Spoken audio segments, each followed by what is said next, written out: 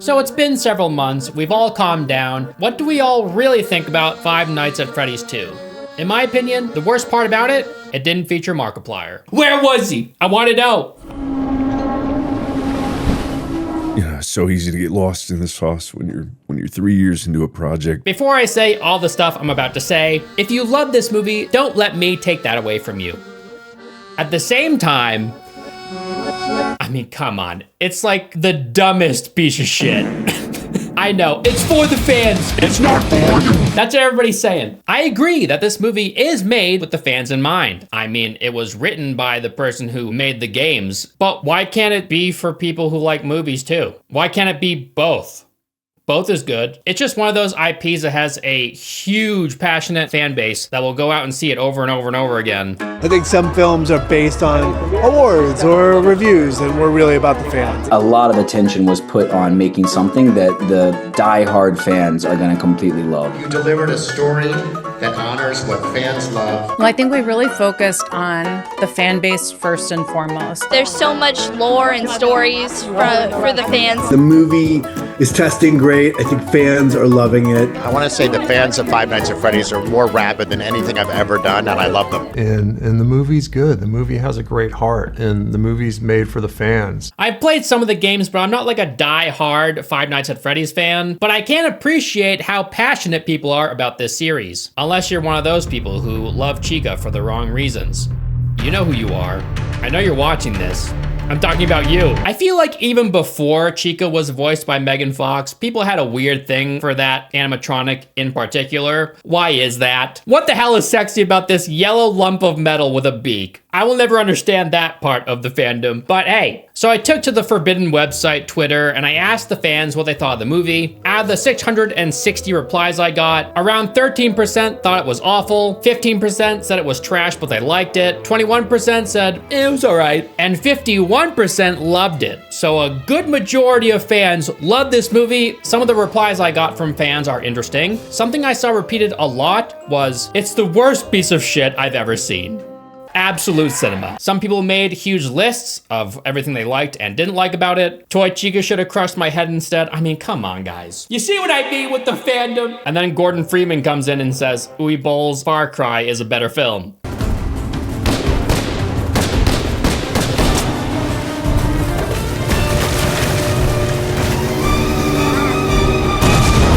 I actually don't agree, surprisingly. Look, I'm not a fucking like Michael Bay.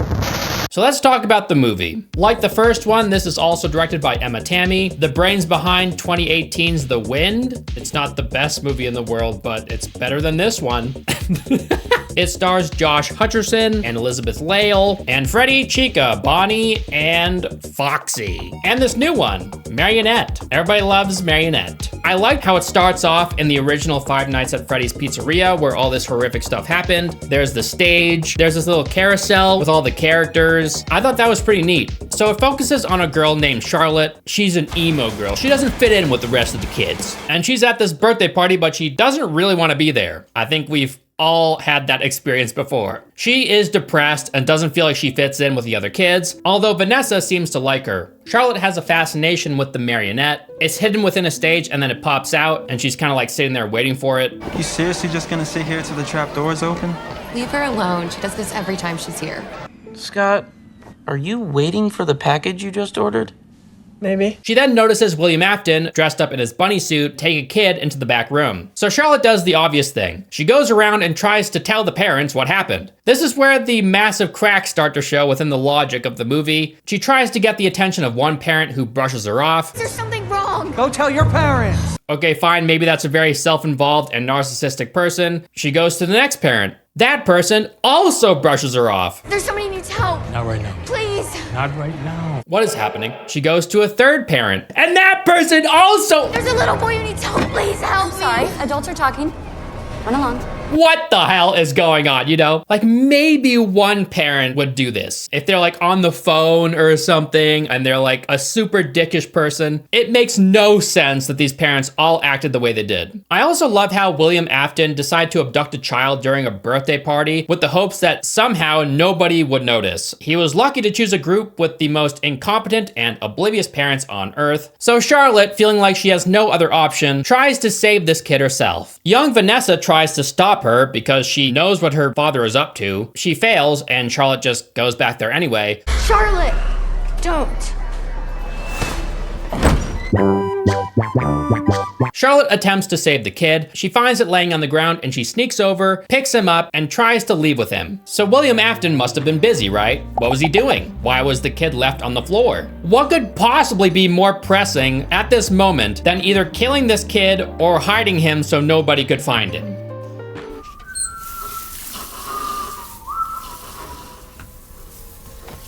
What are you doing, dude? Afton notices her carrying this kid, so he grabs a knife and walks after her. I like the way this shot looks in the hallway. It's one of the only visually haunting scenes in the movie. It doesn't make a whole lot of sense though. Like, why grab a knife? It's a 10-year-old girl. Just grab her? Charlotte makes it out onto the stage with the kid in her arms and 3 stab wounds in her back. Wait, what? So William Afton caught up to her and stabbed her 3 times, but didn't grab her so she couldn't exit the stage? Also, how did she exit out onto the stage? It's on the other side of the building from the door where the child was abducted. It's a haunted pizzeria. It doesn't have to make sense. So she gets out onto the stage, she drops the kid, she's lifted into the air by the marionette, and we get the intro sequence with some pretty banger music, I might add. Na na na na na na na.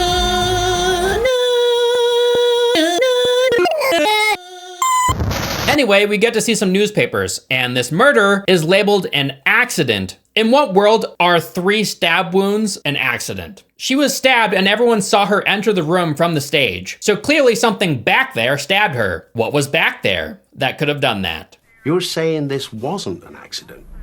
Also, the boy that was taken to the back room should have remembered that William Afton was the one that took him back there, right? Even if he was in the suit? And then he randomly woke up on the stage with a girl who was stabbed to death. Like, what? Other than all that stuff I just mentioned, I think it's cool to explore the history of the pizzeria. That's kind of what I wanted from a FNAF movie. Because, you know, we've all played the games. We've all seen the pizzeria when it's like in ruins and stuff. I like seeing it open and in its heyday. All that stuff was really cool. I wish that these movies explored the lore from the games more instead of using it as a springboard for new characters. The relationship between Vanessa, Abby, and Mike didn't interest me at all. I wasn't invested in these characters in the first movie, and I'm definitely not invested in them at all in this one either. Mike was kind of interesting in the first movie because we learned that he had a brother that was kidnapped and he had to like figure out what happened. In this movie, there's none of that. The only thing that's interesting about them is their connection to Freddy's, and that's just not enough. Like, I saw a lot of FNAF fans hating on the movie, saying it's great and shit because it was written by Scott Cawthon. Now Scott really totally gets the movie business,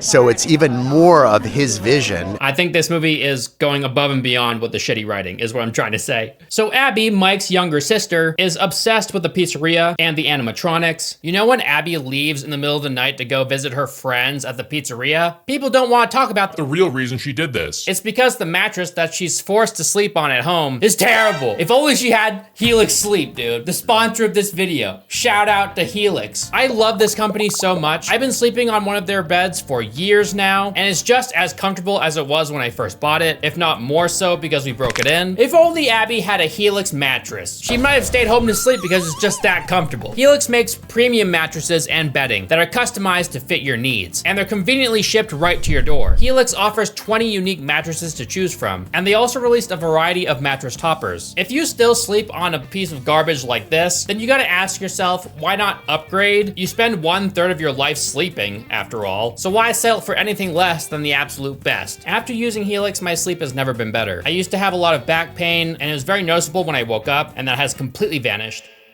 And I think it's because Helix provides mattresses specifically catered toward your needs. You have to take a Helix sleep quiz online, and it matches you to the perfect mattress based on your body type and sleep preferences. It makes the mattress buying process so simple and easy. Helix offers a 120-night sleep trial and lifetime warranty, so you can test the mattress and ensure that you love it. If you want to upgrade your comfort without replacing your entire mattress, you can always get one of Helix's mattress toppers. It extends the life of an older mattress. They allow you to sleep cooler with Glacio-Text cooling technology, and they might just improve the comfort of the mattress that you have already, with a combination of foams and microcoils to provide maximum comfort. Technology!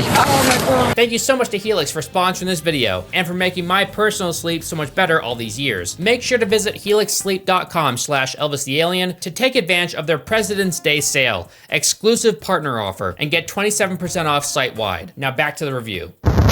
Mike finds her there, and he's a little bit too calm. Okay, young lady, you have 1 million tickets. Orange gummy candies. What about this?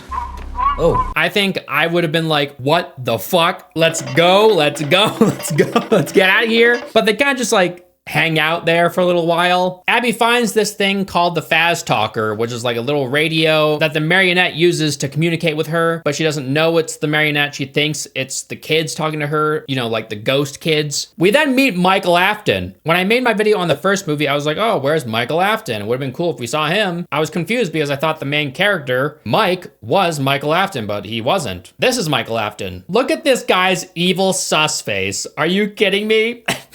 He's got these exaggerated Ben Shapiro eyebrows. He does look evil, I'll grant him that. What's even weirder is that Michael Afton has never been characterized like this in the past. Like, this character was a victim of Freddy's in the games. But for some weird reason, he's this evil weirdo now who lures people to the pizzeria to die.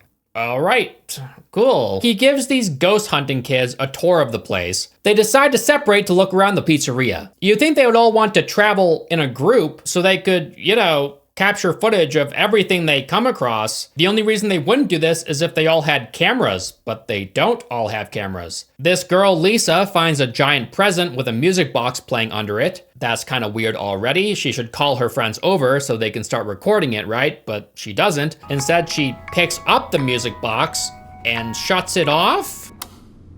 Why would you do that? Don't touch it first. Record this. It's weird. And then the marionette box opens, very slowly by the way, and then the marionette grabs her. She had more than enough time to stand up and be like, what the hell's that noise? Oh, it's a massive robot thing coming out of this box. But no, she's extremely slow, I suppose. And she's like, oh my God, no, it's gonna get me. One of these bozos falls into the lazy river. You'd think his first natural reaction after falling into this little river would be like, time to get out. I'm wet. That sucks. But no, he's like, oh my God, I'm in the water now. Let me just stand here forever until I get attacked. Doesn't make a whole lot of sense. And then he gets attacked by numerous tiny animatronics. The animatronics are controlled by these spirits of these kids who died within them, right? Guess you figured it out. Ghost children possessing giant robots? Thanks for the heads up. So how do all these little tiny animatronics work? If they're also controlled by spirits in some sort of way, did a bunch of dead rats like occupy these robots? Like what, how, what is happening? So remember how I said that Abby got this Faz Talker thing? Well, it tells her to visit the first Freddy's Pizzeria. Like tells her how to get there. Come find me. How? I will show you the way. I'm not even gonna begin to understand how the marionette could act as like a GPS for Abby to get to the pizzeria. Like, what the fuck? The whole robotics class thing with Abby was pretty random. Wow, you made this all by yourself? No, Chica helped. Freddy tried, but his fingers were too fat. I couldn't care less about this part of the movie, and it takes up way too much time. Wayne Knight plays this extremely mean teacher. There's something wrong with this guy. He hates Abby for no apparent reason. I'll be ready. Yeah, that's just the thing. I don't think you will be ready. Robotics isn't for everyone. He's cartoonishly mean to this little girl. At one point, he breaks a robot that she made. Let's just find the perfect place to display it. You could just go home and I'll take out this trash. I mean, sure, man. Like, this girl sucks, right? Why? It would have been cool if they told us why, but they don't. I also love how Abby's friend in this classroom is so clearly like 5 years younger than every other student in the room. Vanessa goes to the first Freddy's pizzeria. She's then captured by the marionette, and it threatens Abby's life and is like, you better tell us how to turn off this perimeter lock so we can all escape. How did the marionette know that there was a perimeter lock keeping them there in the first place? It didn't. Vanessa had to go there and tell her that. But you still have me trapped here. It's called a perimeter lock. None of the animatronics can leave. You'd think that would be information that she'd want to keep to herself. Like, the only reason this robotics thing existed in the first place was so the movie could give us a reason for Abby releasing Chica. Because Chica was like, oh my god, I could be your robotics class project thing. You do that for me? Of course. Well, come on, we gotta hurry. But first... I'm just saying, if there had to be a reason for Abby to shut down this perimeter lock, it could have been as simple as like, oh, release us so we can go to heaven finally. We're suffering here. Sure, Abby might not want to because they're her friends or something, but they could have convinced her. It should have been something that didn't have to involve all this side shit that just bloats the movie and makes it boring. Now what? Hit enter. Oh, it's working now. So Abby brings Chica to the science fair as her new project. It doesn't go well because the teacher is the biggest prick on planet Earth. He's not impressed with this giant robot. He claims that it's just like a person in a suit. I mean, I probably would have thought that too, right? Is this a joke, Miss Schmidt? Putting someone in a suit and passing it off as your own work?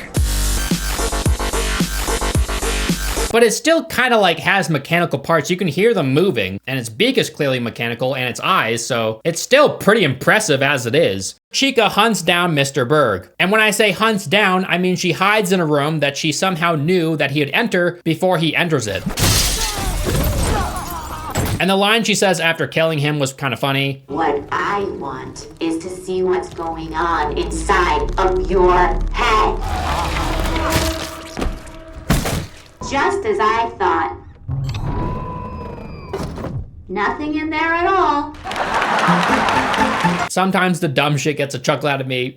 Later in the movie, our heroes decide to have Mike locate the animatronics in the office and shut them down for good via the computer. They 1000% should have had Vanessa do this, right? She grew up with this stuff. She knows how to use this stuff a lot better than Mike, but whatever. It's more spooky if Mike has to take his sweet time trying to figure out how this shit works.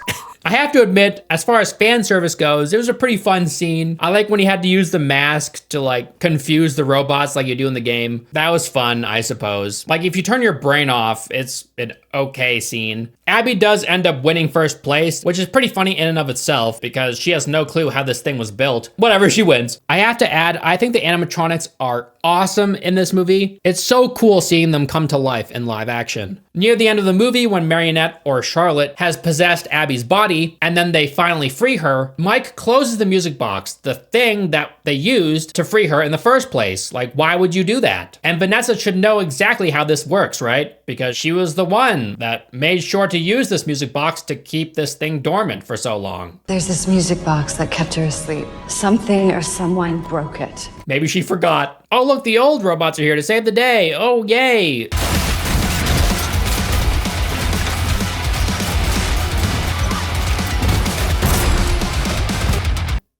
What?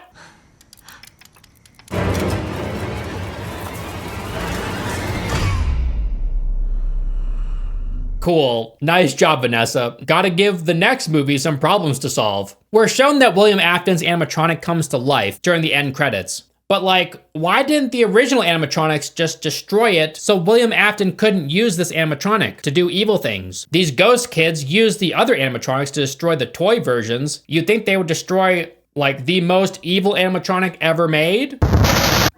I'm so tired, man. It's just a very boring movie overall. I wish the movies were simpler and focused more heavily around the lore of the kids that were killed and stuffed into these suits. Like, there's a very terrifying plot under all this dumb fluff that's barely been explored on screen, and that's a shame. Despite all that, I think Matthew Lillard is great. I think he was a good choice to play William Afton, even though they kind of wasted him in this movie. He should have had more screen time. He's definitely the scariest part of this movie.